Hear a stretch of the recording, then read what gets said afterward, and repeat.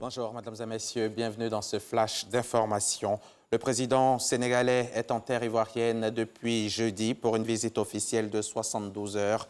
Hier vendredi, en compagnie du vice-président Daniel Kablan-Duncan, Macky Sall a effectué une visite à Cyprel, la centrale thermique de compagnie ivoirienne de production d'électricité, dont les résultats l'ont fortement séduit.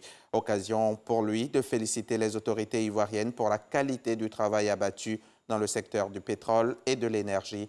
Le compte-rendu de Mahama Traoré à suivre dans le 13h. Le secrétaire d'État chargé de la promotion des PME a entamé depuis le mois de février une tournée de sensibilisation et d'information à l'endroit des petites et moyennes entreprises. L'initiative vise à ramener les PME à prendre une part plus importante dans la création de richesses du pays. Cette semaine, ce sont les communes d'Abobo et Adjamé, ici à Abidjan, qui ont accueilli la délégation du secrétaire d'État Félix Anoblé. Le reportage de Nadia Edja et Jean-Luc Bangbo. Après plusieurs visites effectuées à l'intérieur du pays et dans les communes de Makori et Yopougon, c'est au tour des communes d'Abobo et d'Adjamé d'accueillir la tournée de sensibilisation du secrétaire d'État en charge des PME. Occasion pour elles d'exposer leurs difficultés. Le problème qu'on a, c'est les marchés. Si déjà les moyens sont mis en place, on peut tenir une comptabilité, on peut avoir des commerciaux dans nos PME. Voilà, ça va nous permettre d'acquérir les marchés depuis l'extérieur. Pourquoi pas? Parce que nous sommes limités seulement qu'à Bobo. Elles ont été par ailleurs invitées à contribuer plus efficacement à l'économie. C'est vous qui allez créer des petites sociétés pour créer de la richesse propre à notre pays. Si vous contribuez à plus de 60-70% au PIB de la Côte d'Ivoire, le Premier ministre Amadougon va plus avoir mal à la tête pour chercher au eurobond parce que notre pays pourra s'assumer. Cette séance d'information a permis d'instruire les PME sur le statut d'entrepreneur. Ce n'est pas encore des PME parce que effectivement, ce sont des personnes physiques. Il faut d'abord une personne physique, c'est-à-dire qu'il ne faut pas créer en société. Mais le chiffre d'affaires, c'est que vous êtes à moins de 50 millions. Eux, leur déclaration va se faire simplement devant l'agence Côte d'Ivoire PME, généralement pour 5 ans. Parce que vous vous entraînez pour que désormais vous deveniez des PME. Une notion jusque-là méconnue qui suscite des espoirs. Aujourd'hui, on a un statut, on sait que les gens vont venir vers nous.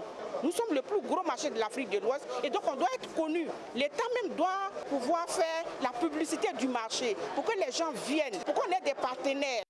Au cœur du quotidien des PME, Félix Anoblé a insisté sur une meilleure organisation des acteurs du secteur. Nous avons insisté beaucoup sur la formation des PME, l'encadrement des PME, mais surtout aussi sur l'organisation des fêtières qui doivent permettre aux PME donc de se mettre ensemble pour pouvoir défendre leurs intérêts dans un même but. L'État a pris plusieurs initiatives pour le développement des PME.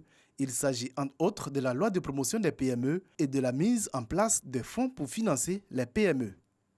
C'est le jour J pour l'élection présidentielle en Mauritanie. Le premier tour se tient ce samedi 22 juin.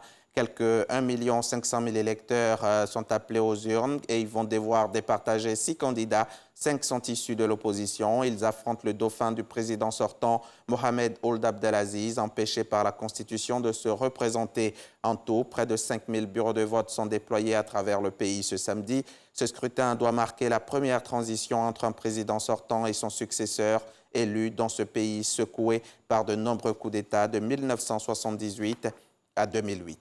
En France, le général tchadien Mahamat Nouri a été inculpé vendredi soir pour crime contre l'humanité avant d'être placé en détention provisoire. Il avait été interpellé lundi 17 juin dans le cadre d'une enquête préliminaire ouverte par le parquet de Paris en mai 2017. L'opposant tchadien est soupçonné d'avoir diligenté des opérations de recrutement forcé de combattants dans des mineurs au Tchad et au Darfour entre 2005 et 2010. Donald Trump aurait initialement approuvé des frappes contre des cibles iraniennes avant de faire machine arrière. Le président américain l'a confirmé vendredi dans une série de tweets. Selon le quotidien New York Times, les avions de combat avaient déjà décollé et les navires de guerre s'étaient mis en position lorsque Donald Trump se serait ravisé. Les vols commerciaux sont interdits. Concernant le drone américain abattu, l'Iran a annoncé avoir lancé 2 avertissements avant d'abattre le drone américain au-dessus de la mer d'Oman. Les Pharaons d'Égypte ont battu les Warriors du Zimbabwe en match d'ouverture de la CAN 2019, 1-0 devant un public qui a leur cause et en présence du président Al-Sisi. Mohamed Salah et ses coéquipiers ont souffert avant d'assurer un succès précieux grâce à un but de Trezeguet qui a été donc le héros de la soirée, offrant une victoire courte mais précieuse aux Pharaons. L'Égypte fera face à la RDC pour son deuxième match le mercredi 26 juin prochain à 20 h au Caire. Salah sera une nouvelle fois très attendu.